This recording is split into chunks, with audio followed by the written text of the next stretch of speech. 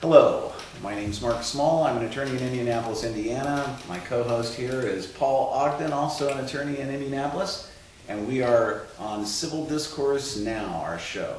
We're coming to you from Big Hat Books. It's in the Broad Ripple section of Indianapolis. It's about it's 6510 Cornell Avenue, right next to the Monon Trail, which is like a greenway here in Indianapolis. If you're watching this from Antarctica or Greenland or someplace, that kind of makes you familiar with where we are in Indianapolis. We're kind of on the north side. Big Hat has a bunch of really good selection of books. Has space here for special occasions to rent. It's an excellent place to come. And so that's what our show is. It's a beautiful autumn day. Paul? Mark, do you have a book? I have a book. It's called Crime Pays. It's on sale here at Big Hat Books. It's a fictionalized account of a Ponzi scheme that occurred in the 1960s in Indiana. That sounds like an interesting read. It's a marvelous, interesting read. Have you read it? I'm working on it. I See, started. A reader right here. I will get to that book. Oh, super. Next couple of weeks, I promise that. The show is Civil Discourse Now. It is, by its name, a civil discussion of political issues, whether those be local issues, state issues, national issues, international issues. The show was started by Mark Small, co-host here. He was of the belief, and I am of the belief, that we didn't have enough civil discussion That's the issues. Crap. No, that's good. That we have people talking over, yelling at each other. That's what you get on television. One of the fortunate byproducts of this media is that we are allowed flexibility, and we have the flexibility to bring on candidates, local candidates. We feel do not get enough airtime.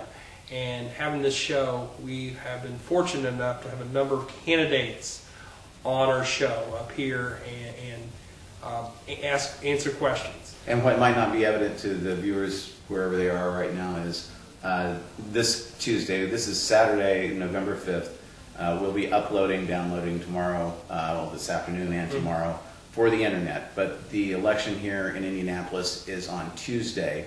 Everybody should get out to vote. And that is an election for... If you're a Republican, you should get out to vote. Everybody should get out to vote. Oh, and vote Republican. No, vote for the candidate of their choice. I don't know if I agree with that. But anyways, that's what's happening Tuesday, and it's city and county officials. It's municipal officials, city officials. Yeah, there's nothing statewide that's up. Correct. We are very fortunate enough to have on the program today a sitting counselor at Large Councilor Angel Rivera. Angel, tell us a little bit about yourself. I came to Indiana 11 years ago to go to Indiana University of Bloomington, where I graduated in 2004. Before that, What was your major? Political science. Political science. Pretty useful. You know what? I've learned a lot of things about how people make decisions. Mm-hmm. That's come out very handy, both in the private sector and in my new public role. So it's fun. But you're right. Certainly, it wasn't my most attractive thing when I was looking for jobs afterwards. There's an oversupply of political science graduates in the Indiana economy. Before that, I lived in San Juan, Puerto Rico, where I was born. My parents both still live, and it was a great experience. I graduated from high school down there and moved up here to go to college, and it was very good to me. So I'm still here. Okay. Indiana's been very good to me. I've met a lot of good people. A lot of families have kind of taken me and made me extended family. So I always got a good place to spend Thanksgiving or Christmas or just drink somebody else's whiskey and eat their leftovers. So it's been a very welcoming 11 years for me. And running for council was an opportunity to help improve Indianapolis, which is now my home. I've been in Indianapolis for 6 years. I live on Talbot Street, just north of downtown, in Heron Morton historic neighborhood. And I've always been passionate about fiscal issues, making government leaner, more efficient, kind of getting out of my life. And I really don't like taxes. Okay. That's what got me involved in Republican politics in college. And when the opportunity came to run for council, when Mr. Kent Smith had to resign because he took a full-time commission with the U.S. military, I took on the opportunity, and it's been a very rewarding year and a half. I think we've done some good work, and I think we have a record that we can be proud of. Before we get into that, your bio, what do you do for a living? I do sales consulting. First I worked in technology for a while, and then I went on my own, and I have a couple of clients that one sells technology and another one sells public transit systems, and just different kinds of things like that, where I help them expand their business. Okay, for those who are watching and may not be familiar, we have 25 council districts, correct? Correct.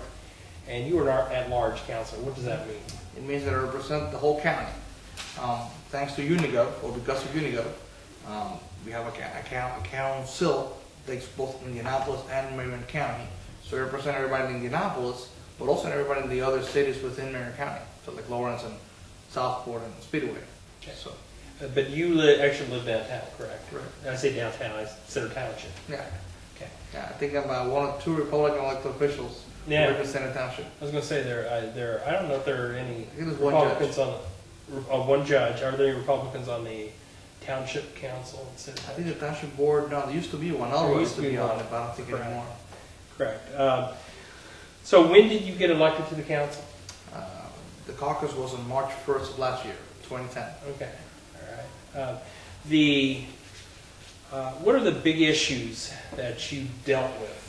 And I mean, the future, we'll get to those in a second, but dealt with on the council since you were elected. There's no question the biggest thing we do is the budget, right? And we've had it's a tough time for budgets globally, at least in the OECD nations, where we've had a global recession. It's affected the capacity of people to earn more money, so income tax revenues are down. Simultaneously in the United States and many other countries, they've had a real estate decline, which means that our property tax revenues are down. On top of that, in Indiana, we passed a property tax cap, which I certainly favor, but that's another cut from the tax revenues. When you put it all together, things are tight. And some people really dislike that. I, for one, think that it's forcing governments to think smartly about spending rather than just try to appease everybody. And that could be really good in the long term. But in the short term, it means there's some painful decisions. And the council plays a big role in helping manage and pick and choose what are those areas where we think we need to prioritize as a city. The mayor is very committed to public safety being the first priority, and as such it takes almost 70% of our budget. But we've also worked on different things. For example, the water deal, which took the water switch companies off the public dole. The parking meter deal, which will improve the quality of parking meters and increase revenue for the city simultaneously. In fact, I just paid for my meter with my cell phone earlier, which I thought was pretty neat.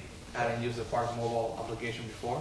And some of those other matters, I sponsored a special events ordinance. And we want to ask about that. Perfect. Then I'll leave that for when you get there. Well, we might cover that in the second segment. Okay. You talked about you grew up in Puerto Rico, is that correct?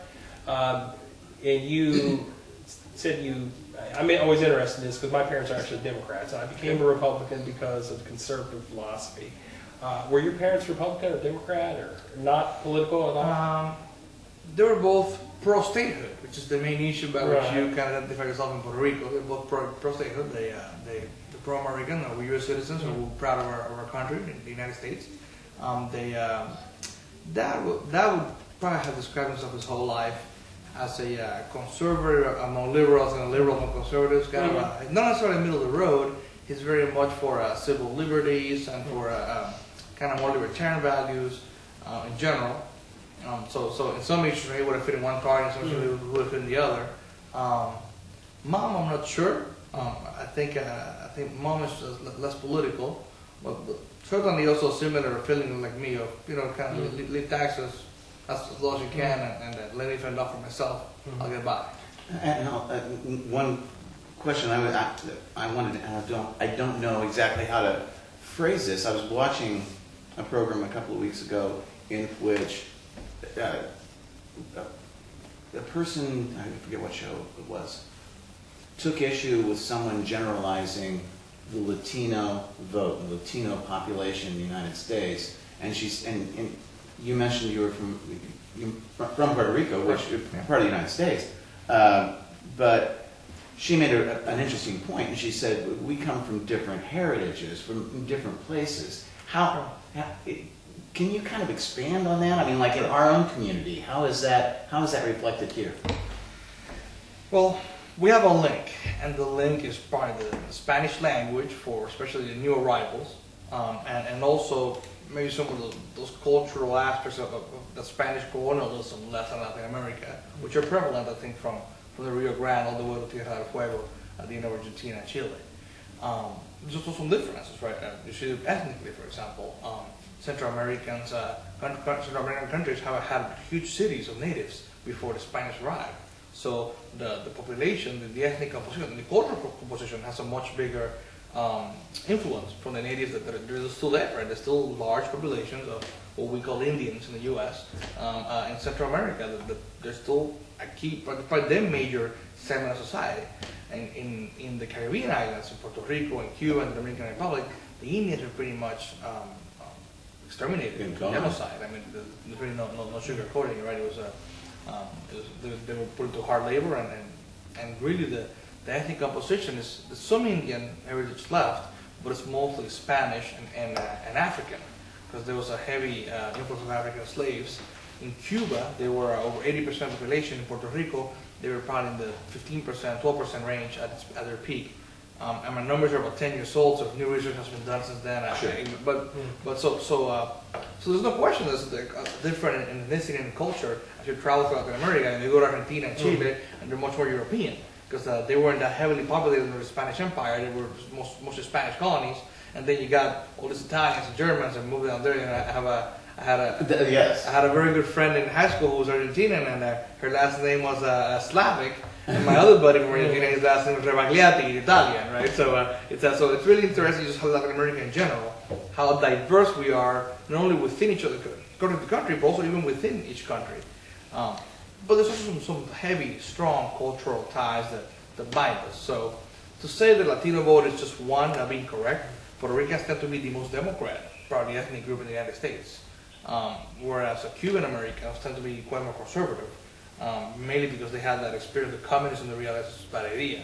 So they have a different perspective on it. All that's kind of changing as the second or third generation are brought up here, and their values are made the same way yours were made, right? By your parents, by your community, by your neighbors, by your teachers, your church. And the Mexican community, Mexican American community seems to lean more Democrat, but it's not a 90-10 as it was with the Puerto Ricans, for example, in New York City or in Chicago. Seems to be more like a 60-30. They voted well for Bush, for governor in '98 in Texas, and then for president in 2000 and 2004. They were critical for Bush, but they made a sharp turn towards voting for President Obama in the 2008 election. So it'll be interesting to see what happens to the Latino vote. And the Mexican American, which is the largest diaspora among Latinos in the United States. One of the issues that I have a neighbor, Republican neighbor, Catholic like myself, St. Monica's, we attend St. Monica's together, and they get terribly offended by bilingual stuff within the city, and they're like, well, if you come to this country, you should learn to speak English. I try to talk to them and say, every generation, first generation of immigrants who come from this country hold on to their language. It's just a matter of time. The second generation, they start losing the mother tongue or making a secondary language as opposed to first. What would you do as counselor? What can you do to bridge the lack of understanding of Latinos? Can he answer that question right after we break here? And I would speak in Welsh, which I'm an ancestry in terms of Welsh, but I don't know any. We'll be right back. Welcome back to Civil Discourse Now. We are here discussing